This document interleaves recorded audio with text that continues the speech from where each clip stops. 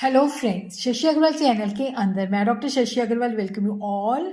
तो आज हम लोग करने वाले हैं what is the difference between nominal wages and real wages. तो ये जो टॉपिक है that is relevant for the micro economics student. Micro economics का पूरा पूरा सिलेबस जो है that is covered under my micro economics playlist. तो अगर आपको मेरा ये एफर्ट सही लगता है तो इस वीडियो को लाइक कीजिए, शेयर कीजिए तथा मेरे चैनल शशि अग्रवाल को सब्सक्राइब कीजिए। देखो, नॉमिनल वेजेस जिसको हम मनी वेजेस भी कह देते हैं, ये वो वेजेस हैं जो लेबरर को पे की जाती हैं इन टर्म्स ऑफ मनी। जैसे हमने लेबरर को दिया है 10,000 रुपये पर मंथ, तो ये मनी वेजेस हैं, ये नॉमिनल वेजेस हैं। मनी वेजेस का मतलब होता है जो actual money that is earn by the worker.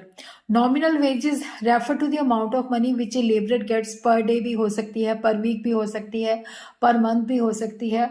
और लेबरर को जो नॉमिनल वेजेस है पर आवर के हिसाब से भी हो सकती है, ये टाइम के बेसिस पे भी हो सकती है, पीस रेट के बेसिस पे भी हो सकती है। नॉमिनल वेजेस का मतलब होता है जो मनी के रूप में वो he is getting.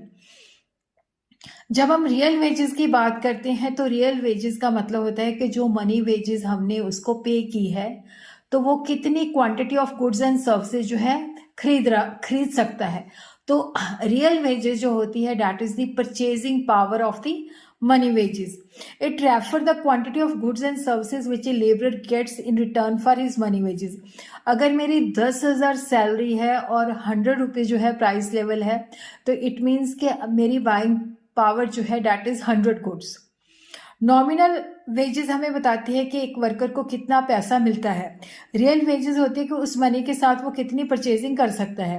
Real wages W is equal to nominal wages divided by price into 100।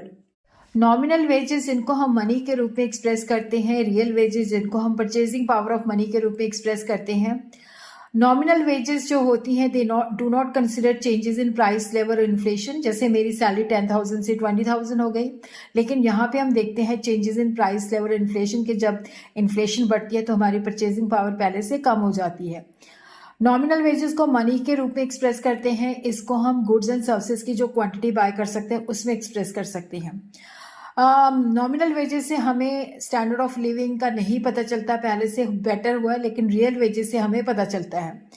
Inflation के दौरान नॉमिनल वेजेस हमारी इंक्रीज हो सकती हैं बट रियल वेजेस में रिमेन सेम और इवन डिक्रीज भी हो सकती हैं।